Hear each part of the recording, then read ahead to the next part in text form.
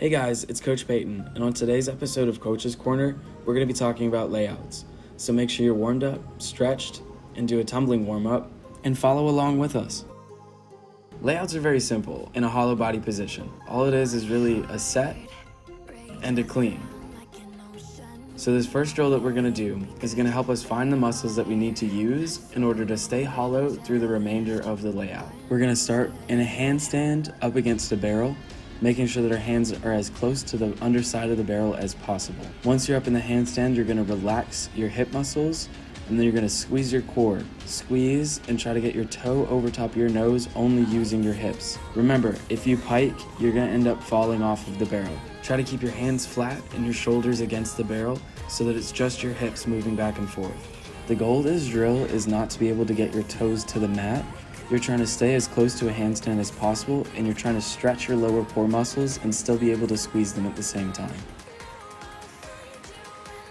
In a layout, being flexible and strong at the same time is really important.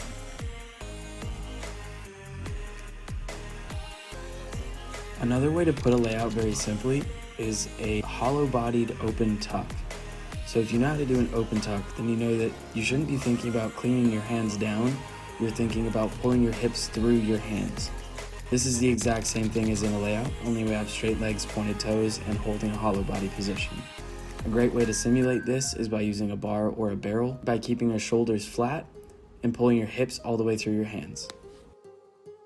Once you're comfortable with the pieces and positions of the layout, we're going to build something that's going to allow us to do that safely and try to click those pieces together simultaneously. So, what we're doing here is we have a barrel and we have a handstand snap down drill equivalent. So basically what we're trying to do is we're trying to snap down from the handstand, keeping our toes behind us, really emphasizing arching our shoulders to get our toes up. Once you have your toes up, you're going to notice that there are a couple different ways that you can go. A lot of the girls like to pike. Some of them like to keep their back arched because that's what they're used to in their tucks. What we're really trying to do is make sure that we're in a good position to squeeze those lower core muscles, pull our toes up, and being able to see our toes through the remainder of the layout. That's going to ensure that we have a hollow body position and that we're doing it correctly. Now this is going to take some practice, and if you run into any issues, remember you can just go back through the pieces, go back to the drills, look at what we're missing, try to analyze what's actually going on, and then work through them so that you can find a solution. Be sure that as you're working through the skill, that you're thinking about being able to carry power through the skill.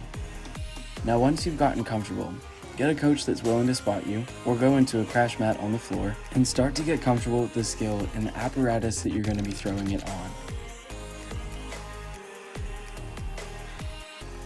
When you break it down, there are only really two parts to tumbling: speed and technique. What we've worked on is the technique. The only time that you're going to be working on the speed changing is when you're throwing it on a trampoline versus a rod floor or a spring floor. Be patient. Remember that you're only going to get better the more that you try it. And try not to get comfortable. The more comfortable you get in a skill, the more lazy you get at it. Thanks for your time. Keep working hard. Thanks for watching.